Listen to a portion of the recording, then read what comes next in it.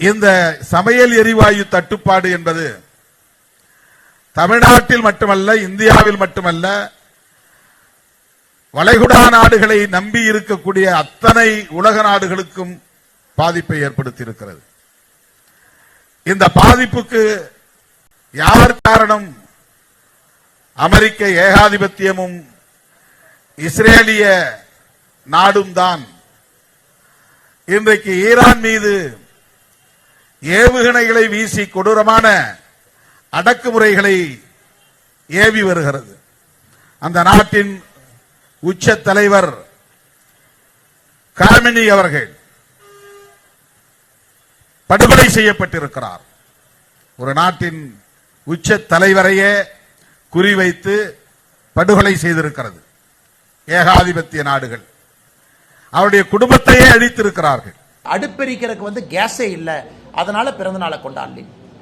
இன்னைக்கு ஒரு பக்கம் மாநிலத்தினுடைய முதலமைச்சர் திரு ஸ்டாலின் அவர்கள் எங்கேயும் எந்த பிரச்சனை இல்லைன்னு ஒரு பொலிட்டிக்கல் டிராமா போடுறாரு. ஆனா அவரே எல்லாத்தையும் தூண்டி விடுறாரு. நீங்க போய் ஆர்ப்பாட்டம் பண்ணுங்க, காங்கிரஸ் கட்சிக்காரங்க சிலிண்டர் தலைமையில வச்சுட்டு நடந்து போங்க, நம்முடைய கட்சியினுடைய மூத்த அமைச்சர்கள் இந்த மாதிரி பேசுங்க. இந்தியா முழுவதும் நீங்க யோசிச்சு பாருங்க, எங்கேயாவது பொதுமக்கள் கேன் எடுத்துட்டு போய் பெட்ரோல் பிடிச்சாங்களா? எங்கேயுமே கிடையாது. தமிழ்நாட்டில் மட்டும்தான். ஏன்? இங்க இருக்கக்கூடிய அரசியல்வாதிகள் பீதியை கிளப்பி மக்கள் மனசுல பீதியை வச்சுட்டாங்க. சோ மக்களுக்கு ஒரு பயம்.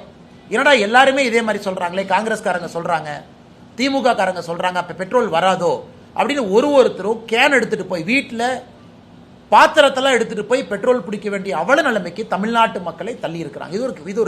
இது ஒரு வேடிக்கையான விஷயம். இந்தியாவில் எங்கேயுமே கிடையாது. பீகார்ல யாரும் போல, உத்தரப்பிரதேசத்தில் யாரும் போல, தமிழ்நாட்டில் மட்டும் இந்த கையாலாகாத திராவிட முன்னேற்ற கழகத்தினுடைய ஆட்சி பொய்யை பரப்பி பீதியை பரப்பி மக்களை வீதிக்கு வந்து ஒரு பெட்ரோல் பம்ப்லையும் நிக்க வச்சிருக்காங்க. இன்னைக்கு நம்ம புரிந்து கொள்ள வேண்டும், இந்தியாவை பொறுத்தவரை நம்முடைய பிரதமர் நேற்று காலைல தெளிவா பேசினாங்க. எந்த பிரச்சனையும் இல்லாம நாம இருக்கோம், எந்த பிரச்சனையும் இல்லாம. அதை நம்ம உறுதியா சொல்ல முடியும். இந்த gas control order, natural gas control order 9ஆம் தேதி மார்ச் மத்திய அரசு கொண்டு வந்த பிறகு எல்பிஜியினுடைய உள்நாட்டு உற்பத்தி மட்டுமே 28 விழுக்காடு கம்பேரபிள் பேசிஸ்ல உயர்ந்திருக்கு. ஸ்ட்ரெய்ட் ஆஃப் ஹோர்முஸ், அந்த ஹோர்முஸ் பகுதியிலிருந்து வரக்கூடிய கப்பல் 2 கப்பல் ரொம்ப சேஃபா, நேத்து நைட்ல இருந்து இன்னைக்கு காலையிலக்குள்ள 2 இந்திய கப்பல் சேஃபா கிராஸ் பண்ணி வந்திருக்கு. நமக்கு சேஃப் பேசேஜ் கொடுத்திருக்காங்க.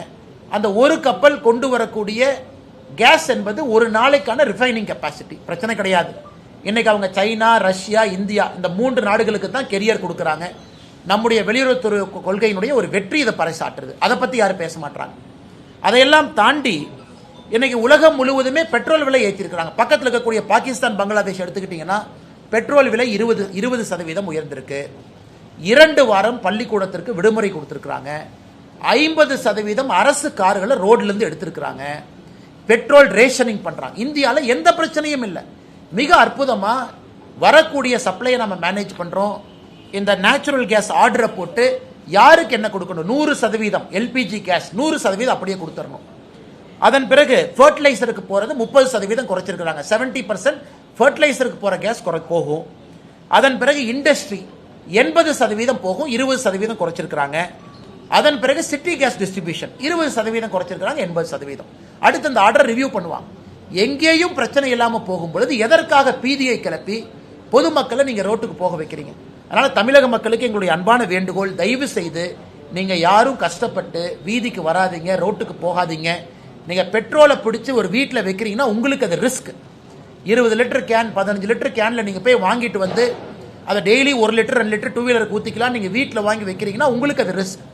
எங்கேயும் எந்த பிரச்சனையும் இல்லை. இன்னைக்கு ஸ்ட்ரெய்ட் ஆஃப் ஹோர்முஸ் போர் ஆரம்பிப்பதற்கு முன்பு 55% சப்ளை அங்கிருந்து வந்துச்சு. எனக்கு இந்தியாவுக்கு 70% சப்ளை ஸ்ட்ரெய்ட் ஆஃப் ஹோர்முஸ்க்கு வெளியிருந்து வருது. முதல்ல ஸ்ட்ரெய்ட் ஆஃப் ஹோர்முஸ் இல்லாம 55% வந்துச்சு, 45% அங்க வந்துச்சு, 55% வேற ஜோன்ல. இன்னைக்கு 70%, 15% ஹோர்முஸ்ல இருந்து வெளியே எடுத்துட்டோம் நாம. அந்த சப்ளை செயின் டைவர்சிபிகேஷன் பண்ணியிருக்காங்க. பெட்ரோலியத்துறை அமைச்சர் அவர்கள் பாராளுமன்றத்தில் அதை பத்தி பேசுறாங்க. நேச்சுரல் கேஸ் பிரச்சனை கிடையாது, பெட்ரோல் ரிஃபைனிங் பிரச்சனை கிடையாது. இன்னைக்கு இதெல்லாம் நடக்கும் பொழுது ரிலையன்ஸ் இண்டஸ்ட்ரீஸ் அமெரிக்கால $300 பில்லியன் இன்வெஸ்ட் பண்ணி அங்க ஒரு ரிஃபைனரி போடுறா, ட்ரம்ப் ட்வீட் பண்றாரு. சொன்னா ரிஃபைனிங் கெப்பாசிட்டி நம்மகிட்ட இருக்கு, வரக்கூடிய பெட்ரோலியம் பொருள் உள்ள வருது, கேஸ் எந்த பிரச்சனையும் இல்லாத பொழுது திராவிட முன்னேற்ற கழகத்தினுடைய அமைச்சர்கள், காங்கிரஸ் கட்சிக்காரங்க இந்த பீதியை கிளப்பி தயவு செஞ்சு பொதுமக்களை பெட்ரோல் டீசல் வாங்க வச்சு வீட்டில் எக்கு தப்பா ஏதாச்சும் ஆயிரப்போது அதற்கும் பொறுப்பு திராவிட முன்னேற்ற கழகத்தினுடைய அரசு. மூன்றாவது மிக முக்கியமானது என்னை பொறுத்தவரை, இன்னைக்கு பாராளுமன்றத்தில் நம்ம பார்க்குறோம் சம்பந்தமே இல்லாத ஒரு பிரச்சனையை திரு ராகுல் காந்தி அவங்க எடுக்கிறாங்க. அதில் தமிழகத்தினுடைய எம்பி திரு வசந்த் அவங்க இருக்கிறாங்க, கன்னியாகுமரி எம்பி இருக்கிறாங்கன்னா, அவரு கடையில் இண்டக்ஷன் ஸ்டவ் விற்கிறக்காக அவரு ட்வீட் போட்டுட்டு இருக்காரு, பெட்ரோல் குறைஞ்சிருச்சு, எல்பிஜி குறைஞ்சிருச்சு, கேஸ் குறைஞ்சிருச்சு. அவருடைய வசந்தன் போல இண்டக்ஷன் ஸ்டவ் விற்கிறீங்களா? நீங்க வித்துக்குங்க, மார்க்கெட்டிங் பண்ணி வித்துக்குங்க. நீங்க இண்டக்ஷன் ஸ்டவ் விற்கிறக்காக இவரு மார்க்கெட்டிங் பார்லிமெண்ட்ல உட்கார்ந்து ஒரு காங்கிரஸ் எம்பியும் ஐயோ பெட்ரோல் குறைஞ்சிருச்சு இண்டக்ஷன் ஸ்டவ் வாங்க. அதில் ராகுல் காந்தி அவர்கள் பாராளுமன்றத்தினுடைய அந்த நுழைவாயில் மக்கரத்வார் அந்த நுழைவாயில் உட்கார்ந்து நேற்று அவர்கள் நடந்து கொண்ட விதம் ஒரு பாராளுமன்றத்தினுடைய மக்கள் எதிர்பார்க்கின்ற ஒரு நல்ல அரசியலுக்கு எதிரானது. அந்த வழியை மறிச்சு உள்ள யாரு எம்பியை போகாம டீ பிஸ்கட் சாப்பிட்டு காலேஜ் பசங்கள்லாம் இந்த காலேஜ் வாசல்ல காலேஜுக்கு வெளியே இந்த ரோட்ல உட்கார்ந்து இருக்கிற மாதிரி தான் காங்கிரசினுடைய எம்பிக்கள் உட்கார்ந்து பாராளுமன்றத்தினுடைய மாண்பை குறைத்திருக்கின்றார்கள். அதையும் கூட இந்த நேரத்தில் பாரதிய ஜனதா கட்சி எங்களுடைய கடுமையான கண்டனங்களை பதிவு செய்யறோம். சம்பந்தம் இல்லாம இன்னைக்கு இவ்வளவு காங்கிரஸ்காரங்க சிலிண்டர் தூக்கிட்டு சுத்துறாங்க. யார் வீட்டிலாவது எல்பிஜி ப்ராப்ளமா? யார் வீட்டிலாவது கமர்ஷியல் சிலிண்டர் ப்ராப்ளம் கொஞ்சம் இருக்கு. அது இப்ப சரியாயிட்டு இருக்கு. அது முதல் நாள் ஏன்னா ரேஷன் போட்டு கொடுத்தாங்க, ஒரு 2-3 நாட்கள் பிரச்சனை இருந்துச்சு. அதுவும் கூட எனக்கு சரியாயிட்டே இருக்கு. எல்லா இடத்துலையும் திரும்ப ஹோட்டல்ல இயல்பு நிலைமைக்கு வந்துருச்சு. அப்படி இருக்கும்பொழுது சிலிண்டர் தலையில வச்சுக்கிட்டு காங்கிரஸ் கட்சிக்காரங்க தமிழ்நாட்டில் எதற்காக இந்த கூத்தாட அரங்கேற்றணும்? அதனால இந்த 3 விஷயங்களையும் நம்முடைய பத்திரிகை நண்பர்களுக்கு சொல்லணும். விளாத்திக்குளத்தை பொறுத்தவரை முதலமைச்சர் நேரில் போகணும். அதுதான் மிக குறைந்த ஒரு எதிர்பார்ப்பு. முதலமைச்சர் விளாத்திக்குளத்துக்கு நேரில் போகணும், அந்த குழந்தையினுடைய பெற்றோரை பார்க்கணும். அந்த பிஞ்சு குழந்தை அற்புதமாக படிக்கக்கூடிய குழந்தை, இன்னைக்கு நாம காவு கொடுத்திருக்கோம். இதை முதலமைச்சர் அவர்கள் பேசணும். அடுத்து உள்துறை செயலாளர் அவர் கொடுக்கக்கூடிய அறிக்கையே தவறா இருக்கு. பிரஸ் மீட் வைக்கிறாங்க, பத்திரிகை நண்பர்கள் யாரை நம்புவீங்க? பத்திரிகை நண்பர்களை பொறுத்தவரை கவர்மெண்ட் நம்புவீங்க, கவர்மெண்ட் பொய் சொல்லாதுன்னு நீங்க நினைப்பீங்க. ஆனா உள்துறை செயலாளர் நடத்தக்கூடிய பிரஸ் மீட்ல அவரு டிஜிபி போலீஸ் கமிஷனர் இவங்களா உட்கார்ந்து இருக்கக்கூடிய பிரஸ் மீட்ல இவங்களே பொய் சொல்றாங்க. நீங்க யோசிச்சு பாருங்க, 2021க்கான டேட்டாவை அவங்க கொடுக்கறாங்க. 2021 இந்தியால எந்த அளவுக்கு பெண்களுக்கு எதிரான குற்றங்கள் நடந்திருக்குன்னு டேட்டாவை கொடுக்கறாங்க. இதுல உண்மையை சொல்ல வேண்டும் என்றால் 2021 டேட்டாங்க என்சிஆர்பியில பப்ளிஷ் ஆயிருக்கு. மத்திய அரசு ஒரு ஆண்டும் கூட மாநில அரசு கிட்ட இருந்து டேட்டா வாங்குறாங்க. மத்திய அரசு மாநில அரசு வாங்குறாங்க, அந்த டேட்டாவை கம்பைல் பண்ணி என்சிஆர்பியில போடுறாங்க. 2021 மாநில அரசு கொடுத்த தரவுகளை வைத்து மத்திய அரசு பப்ளிஷ் பண்ண என்சிஆர்பியில தமிழகத்தில் 1686 கொலைகள் பதிவாயிருக்கு. ஆனா உள்துறை செயலாளர் நடத்தக்கூடிய பத்திரிகையாளர் சந்திப்பில் 2021 தமிழகத்தில் 1597 கொலைகள்னு சொன்னா பிரஸ் மீட்டர் அவங்க சொல்ற நம்பரே கிட்டத்தட்ட 89 கொலைகளை குறைச்சு சொல்றாங்க. 2023 தரவுகள் மத்திய அரசுக்கு அவங்க கொடுக்கல, 2024 தரவுகள் மத்திய அரசு கொடுக்கல, 2025 தரவுகள் மத்திய அரசுக்கு அவங்க கொடுக்கல. அதனாலதான் என்சிஆர்பி பப்ளிஷ் பண்ணல. அதனால இவங்களா உட்கார்ந்துகிட்டு பப்ளிஷ் ஆகாத ஒரு தரவு நாம ஃபேக்ட் செக் பண்ண முடியாது. மத்திய அரசு கொடுத்திருந்தா பத்திரிகை நண்பர்கள் நீங்க டவுன்லோட் பண்ணி கிராஸ் செக் பண்ணுவீங்க. எதுவுமே செக் பண்ண முடியாம இவங்களா சேர்ந்து அடிச்சுடுறாங்க. 5 வருஷமும் சேர்ந்து 8008, 5 வருஷமும் சேர்ந்து போக்சோ வழக்கு 39,900 இப்படின்னு அவங்க சொல்றதுல எங்களுக்கு நம்பிக்கை கிடையாது. அதனால் திராவிட முன்னேற்ற கழக அரசு அதிகாரிகளையும் தவறா பயன்படுத்துறாங்க. அதிகாரிகள் மீது பிரஷரை கொடுத்து நீங்கெல்லாம் பிரஸ் மீட் வச்சு சமாளிங்க. இது முதலமைச்சர் அவர்கள் பத்திரிகையாளர் சந்திப்பு நடத்தி நீங்க சொல்லுங்க. உள்துறை அமைச்சர் உள்துறை செயலாளரா முதலமைச்சர் அவர்களா? ஒரு பக்கம் பொய்ய சொல்றீங்க, ஒரு பக்கம் இருக்கக்கூடிய தரவுகளை திருச்சி சொல்றீங்க, இன்னொரு பக்கம் விளாத்திக்குளம் போன்ற பகுதியில் அந்த சென்சிட்டிவ் நேச்சர் ஆஃப் கிரைமுக்கு முக்கியத்துவம் கொடுக்காம இருக்கிறீங்க. இன்னொரு பக்கம் காவல்துறை தப்பு செஞ்சிருக்கிறாங்க, சீரமைப்பதற்கான எந்த முயற்சி நீங்க எடுக்கல. கடைசியாக நம்முடைய தேசிய ஜனநாயக கூட்டணி அனைத்து இந்திய அண்ணா திராவிட முன்னேற்ற கழகத்தினுடைய பொதுச் செயலாளர் எடப்பாடி பழனிசாமி அவர்கள் இன்னைக்கு தேசிய ஜனநாயக கூட்டணி ஒன்றாக இணைந்து தமிழகத்தில் 17ஆம் தேதி வேறு வேறு ஊர்களில் ஒரே நாளில் நம்முடைய தலைவர்கள் தொண்டர்கள் எல்லோரும் இணைந்து திராவிட முன்னேற்ற கழகத்தினுடைய ஆட்சியில் பெண்களுக்கு எதிராக குழந்தைகளுக்கு எதிராக நடந்து கொண்டிருக்கக்கூடிய வன்கொடுமைகளை மக்களிடம் எடுத்து சொல்லணும். பாதுகாப்பில்லாத சூழ்நிலை. கிருஷ்ணகிரி 2.5 வயசு குழந்தை, இங்க 17 வயசு குழந்தை பாப்பா விளாத்திக்குளம், 65 வயது மூதாட்டி, எங்கேயும் யாருக்கும் நிம்மதி இல்லாத ஒரு சூழ்நிலை. இதையெல்லாம் ஒரு மிகப்பெரிய ஒரு கண்டன ஆர்ப்பாட்டமாக தமிழகத்தில் வேறு வேறு இடத்துல நம்முடைய தலைவர்கள் நடத்த இருக்கின்றார்கள். கோயம்புத்தூர்ல அண்ணன் வேலுமணி அவர்களோடு இணைந்து நானும் இந்த போராட்டத்தில் இருக்கேன். நம்முடைய தலைவர்கள் எல்லோரும் இந்த போராட்டத்தில் இருக்கிறாங்க. அதே போல சென்னையில் அண்ணன் எடப்பாடி பழனிசாமி அவர்கள் இருக்கிறாங்க. அதே போல மதுரையில் அண்ணன் நயினார் நாகேந்திரன் அவர்கள், திருப்பூரில் வானதி ஸ்ரீனிவாசன் அக்கா அந்த போராட்டத்தில் கலந்துக்கிறாங்க. திருநெல்வேலியில் தமிழிசை சவுந்தரராஜன் அக்கா கலந்துக்கிறாங்க. அதே போல் அண்ணன் டிடிவி தினகரன் அவர்கள், அண்ணன் அன்புமணி ராமதாஸ் அவர்கள் கடலூர் வேறு வேறு பகுதியில் எல்லாருமே போராட்டத்தில் கலந்துக்கிறாங்க. இது நிச்சயமாக தமிழகத்தில் பெண்களுக்கு எதிரான இந்த குற்றங்கள் தொடர்ந்து அதிகமாகி கொண்டிருப்பதை ஒரு கூட்டணியாக இணைந்து ஒரு மாபெரும் ஒரு போராட்டத்தை நாம் முன்னெடுக்கின்றோம். அதற்கு பொதுமக்களுடைய ஆதரவையும் கூட இந்த நேரத்தில் பத்திரிகை நண்பர்கள் மூலமாக நாங்கள் கோருகின்றோம். கோயம்புத்தூரில் 17ஆம் தேதி நடக்கக்கூடிய இந்த போராட்டத்திற்கு நம்முடைய தாய்மார்கள் சகோதரிகள் பெரும் திரளாக நீங்கள் பங்கேற்க வேண்டும் என்கின்ற வேண்டுகோளையும் உங்களுக்கு இந்த நேரத்தில் வைக்கிறோம். இதை தாண்டி உங்களுக்கு இருக்கிற கேள்வியில பதில் சொல்லுங்க.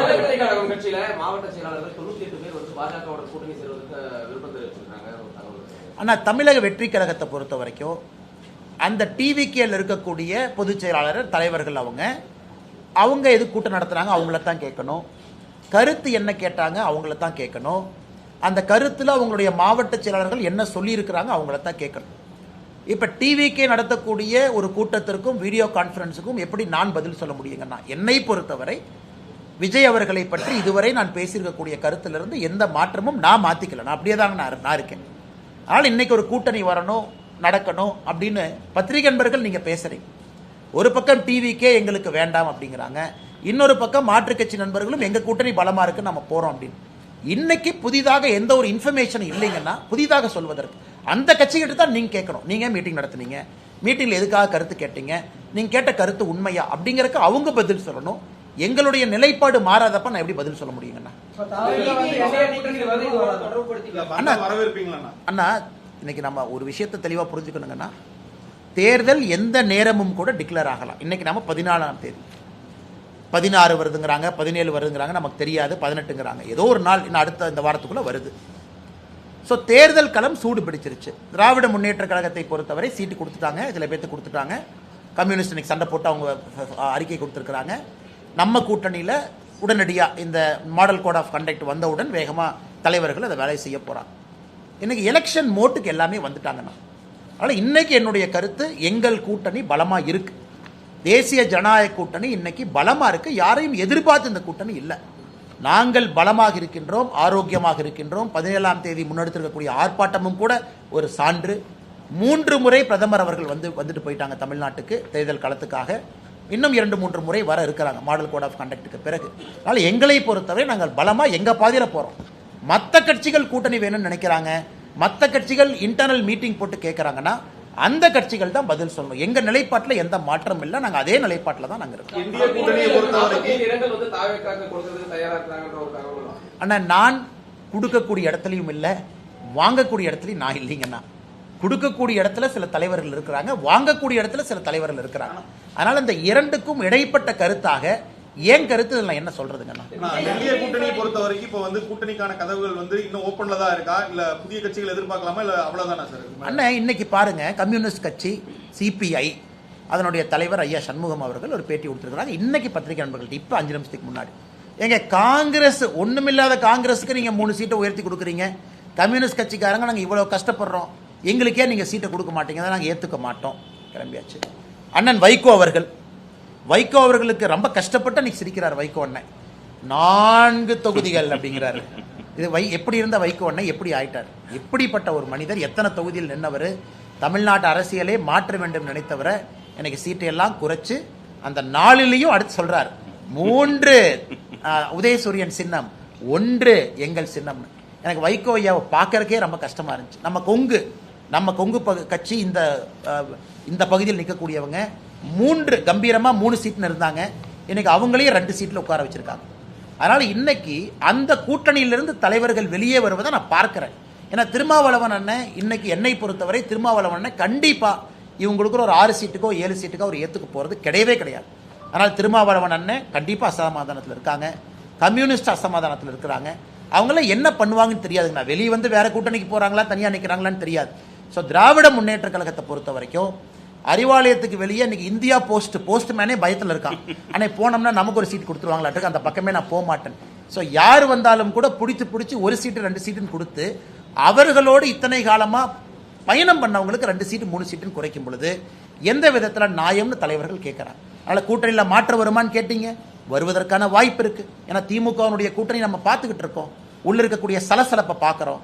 தேர்தல் எப்பொழுதுமே நெருங்கும் பொழுது ஒரு ஃபைனல் ட்விஸ்ட் எப்பவுமே தமிழக அரசியல் இருக்கும். தமிழக அரசியல்ல எல்லா முறையும் தேர்தல் ஜஸ்ட் டிக்ளேர் ஆகிறதுக்கு முன்னாடி ஒரு ஃபைனல் ட்விஸ்ட் இருக்கும். இந்த டைம் என்ன ட்விஸ்ட்னு பொறுத்திருந்து பார்க்கலாம். என்னங்கண்ணா, நீ குறிப்பிட்ட மாதிரி வந்து உங்க கூட்டணி வலுவா இருக்குங்கிறீங்க, அதே சமயம் திமுக கூட்டணி வந்து தொகுதி பங்கீடுகள் ஆரம்பிச்சு போயிட்டு இருக்கு.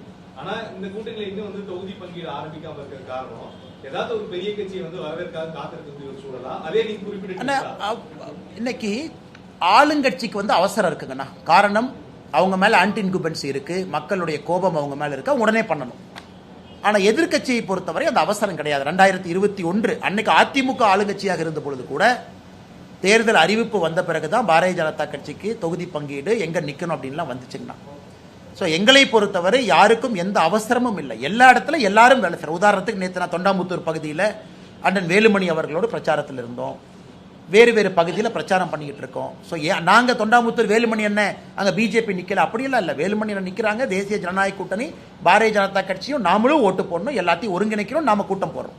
அதனால் எங்களுக்கு எந்த அவசரமும் இல்லை. நாங்கள் எங்களுடைய டைம் லைனில் சரியான முறையில் போயிட்டு இருக்கோம். மேபி எங்களுடைய தலைவர்கள் மோடி ஐயா வரணும்னு நினைச்சாங்க, 3 மீட்டிங்கும் மோடி ஐயா முடித்து வைக்க வேண்டும் என்று நினைத்தார்கள், அது நடந்துருச்சு. அதன் பிறகு பாரதிய ஜனதா கட்சி இன்டர்னல் அசஸ்மெண்ட் அதையும் எங்களுடைய அகில இந்திய தலைவர்கள் செஞ்சிட்டு இருக்கிறாங்க.